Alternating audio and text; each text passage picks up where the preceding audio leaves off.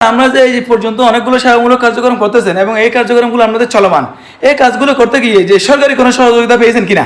না না, আমরা এ পর্যন্ত সরকারের কোনো রকম সহযোগিতা আমরা পাইনি। আর আমরাই তো এই যে কাজগুলো করতেছেন, এই টাকাগুলো কোত্থেকে পাচ্ছেন আপনারা? এটা হচ্ছিল আমাদের আমাদের যারা শুভাকাঙ্ক্ষী আছে, যারা আমরা টুকটাক ব্যবসা করতেছি, আমাদের বন্ধু বান্ধব আছে, সবাইকে আমরা বলি যে দোস্ত আসলে আমরা নিজেদেরকে মতো নিজেদের মানে কমিটির সদস্যরা অর্থ দিয়ে আপনারা কাজগুলো চালিয়ে যাচ্ছেন? কমিটির সকল সদস্যদের মধ্য দিয়ে আমরা বিভিন্ন লোককে আমরা যারা কমিটিতে আছে তাদেরকে আমরা বিভিন্নভাবে ডোনেট করি, ওরা সবাই মিলে সংগঠনের কার্যক্রম করতে গিয়ে বর্তমানে আমরা এ পর্যন্ত আপনি কোথায় কোথায় কাজ করছেন?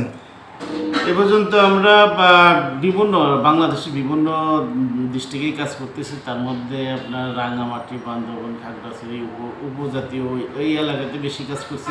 এই পর্যন্ত এই বছরের মধ্যে বিশেষ করে আমরা কি কি কাজগুলো করছেন?